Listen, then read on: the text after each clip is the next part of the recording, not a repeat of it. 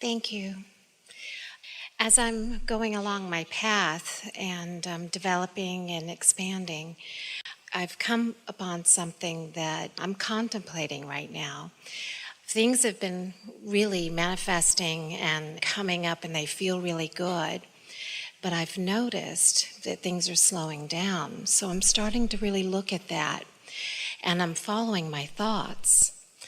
And I'm finding that Well, we just want to say, we want to hear everything you want to say, but the reason things slow down is not because you take your attention off of them. That's not what causes things to slow down. It's only the introduction of contradictory thought to it that slows it down. That was big. Can you take that home with you? My creations don't slow down because I've taken my attention away from them, because the vortex is full of them and the cooperative components are there, and law of attraction is bringing it about, and my inner being's all over it too. So it's not slowing down because I need to give more attention to it and drag it along in a better way. It's slowing down because I'm thinking contradictory thoughts about it, period. Okay. Well, that's good to know. That's good to know, because the tendency is to think, oh, I need to work harder at this. And often the working harder at it is the effort factor that is slowing it down. Because think about it. I've got to get after this. What you're saying is, I don't trust the universe and its natural evolution. That's like stomping on the ground. Come out, corn. Come out. Come out. It's not coming out. It's not coming out. All right, I'll stay here all night. Okay. Well, and another part of that is that I find I'm watching my thoughts, and I have paths of thoughts that aren't feeling great. They're reliving past situations we were with just family talking members. about that. And so I'm thinking that those thoughts aren't Now, allowing me. Yeah, exactly. In the allowing mode. You got it all figured out. And then that's so. So did you hear us earlier say that people spend 90% of their time thinking, instead of 90% of their time allowing? What we want you to contemplate is the difference between a thought I've received and a thought that I'm working to death. Here's an easy way to do this. When you think about what you want and why, usually you're in a more allowing state where you can receive more. But when you're thinking about what I want and where it's going to come from and when it's going to come and who's going to bring it and how it's going to get there and who's going to bring it and when it's going to get there and where it's going to come from and why it isn't here yet, and then those thoughts are slowing it down. Too much thought. You see, there are so many of you who have been very precise in your creation. You believe, and rightfully so, in moving things from one place to another. There are plenty of things that you can do with your action and with your words that you can see as productive. Until you get somebody in your life that just doesn't respond to your harping. You know, I've told you 15 times to do that. Why isn't it done? That's a clue. That's a clue. Harping doesn't get the trash taken out. You know that if you've got teenagers. So you can beat them down so that they'll be like robots and do anything that you harp about, but that's not meaningful life for you or for them. And so you want to start, we're using this word in a very strong way, you want to stop harping at yourself. Stop demanding and efforting and start trusting the process a little bit. I've been asking, I know that it's in progress. I believe that my inner being is on it. I've come to believe that I'm worthy of it. And now my singular intention is to meditate every day for 15 minutes so that I have a few seconds of potentially receiving a thought. And when I do, if it's blissful and strong, I'm going to follow it. But we really would like you to think a little bit. Most of your impulses to act are not coming from that reception of that thought. It's from some other reception of some other thought. Esther's been really asking of herself, because quite often she'll get an impulse to do something. Like the impulse to fire someone.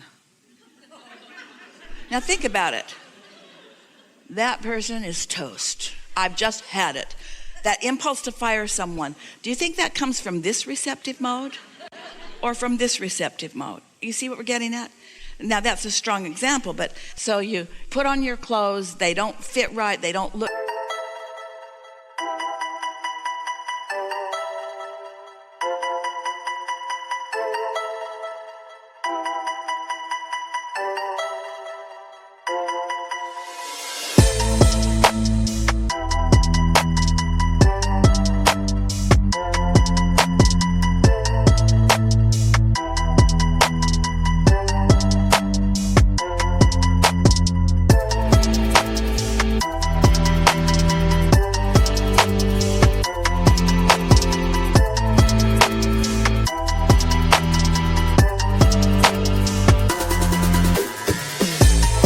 good, and so suddenly you have an impulse to run 5 miles every day.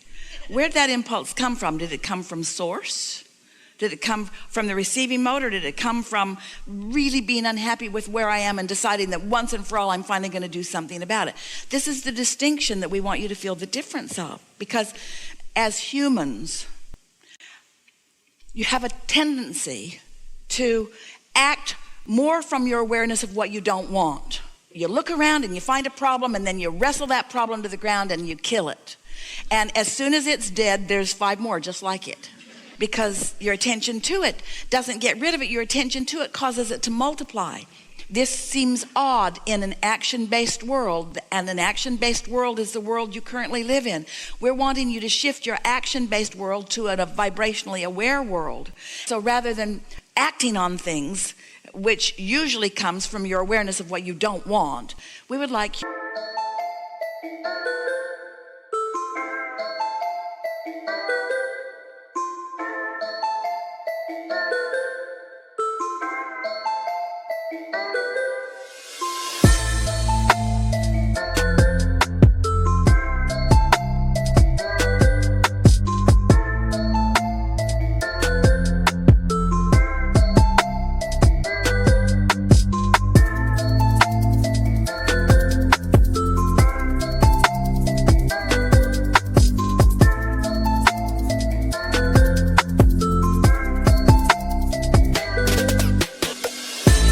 to cool your jets and wait for the inspiration that is truly tuned to the solution.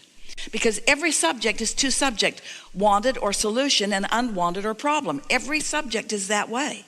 And so you just got to ask yourself, where's this impulse coming from? What thoughts have I been thinking? What momentum of energy am I following? And most humans are following the momentum of trying to fix a problem. That's what makes you run out of steam. That's what makes you get tired. That's what makes you feel confused. That's what makes you feel defeated.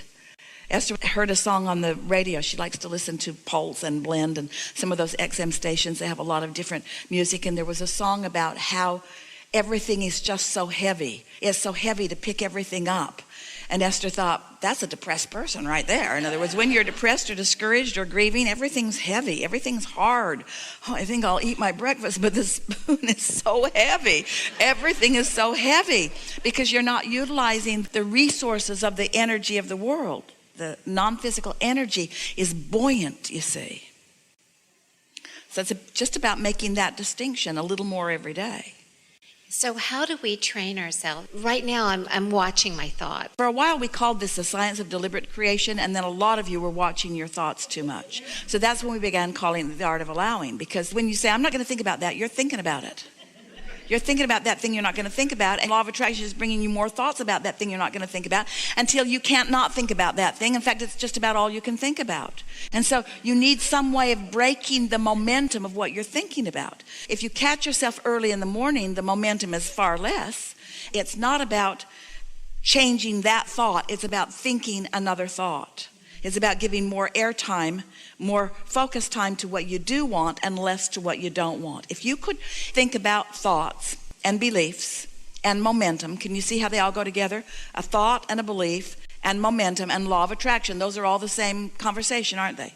So if I think that and speak about it, then law of attraction is going to bring me more, and there's going to be momentum. And the more momentum there is, the stronger belief is, and the more difficult it is to let go of it, even if it's a detrimental belief.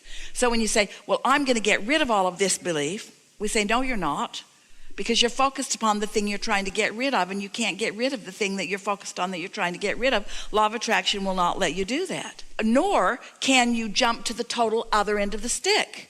That's just asking the impossible. It's not because your brain is weak, it's because law of attraction is strong. You can't stop thinking that and start thinking that. It's too much. But in the contrast that you've lived, when you knew what you didn't want, you put what you did want in your vortex. So there is a point of attraction that is working for you that you're just not that tuned into yet.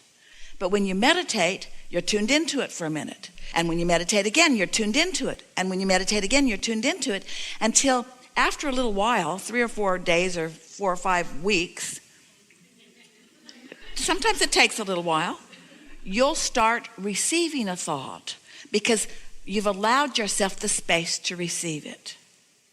That's why we're encouraging you to just reach for a thought that is more satisfying rather than going for broke and trying to get all the way there. I see. There is an effort factor that happens with so many well-meaning humans. And it comes from your exposure to life where you see unwanted things that you want to change, and then you sort of dig in to want to change them. And the harder you try, the worse it gets, and the worse it gets, the harder you try, and the harder you try, the worse it gets, until you finally get to a place where you just give up because it's so confusing, so convoluted. And we say that's a good place to get to, because when you finally give up, you're not giving up your desire, you're giving up your futile effort. We want effort to not be a friend of the community. Effort will get you mediocrity. Effort will help you move things from place to place. Effort matters, but inspired action is what you're reaching for. And so you've heard a lot from us. So we're just going to break this down because your question was very poignant and a lot of people hold the same question. So we're just going to speak just the high points of what we've talked about here. Stop trying so hard. Give yourself a break more often. Stop taking score of where you are and how you're doing so much, which means stop trying to see yourself through the eyes of others who don't really understand. And just for a little while, let what really matters to you be how satisfied you feel moment by moment. And we're not kidding. It won't be more than a week or two that you'll be moving through a segment of life and you'll realize you're feeling satisfied. Your walks will be more satisfying. Conversations will be more satisfying. People you're interacting with will be more satisfying. Your dreams will be more satisfying.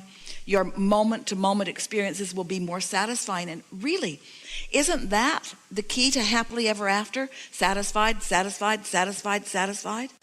And you have to accept that in this continuing, ongoing life that you're living, that you're just going to keep putting more in the vortex that's going to be coming down the pipeline. So there's always going to be more in the state of manifestation. There's going to be more coming down the pipeline. Well, if you need it to have all come down the pipeline and all have manifested before you give yourself a break and say, I have succeeded, you're not ever going to be there because it's not ever going to all get there because you're not ever going to stop exploring and asking for more, for an amendment. That's what puts the eternalness in eternity. And so you just got to give up needing it to be done before you give yourself a break. You got to give yourself a break now, and not by saying, oh, I've tried so hard, I must be virtuous in some way. That's not what we mean at all. You've got to stop trying because you are not the energy factor. The energy factor is the source factor. You're not the momentum factor. Law of attraction is the momentum factor. You are the focus factor. That's all you are. You're the focusing factor. And you can focus on what is less satisfying or more satisfying. And once you get that, you'll feel like the most blessed person on the planet. It will feel to you like there's a concierge in the sky just moving ahead of you, just making sure everything's just right for you. Just making sure that everything's just right for you.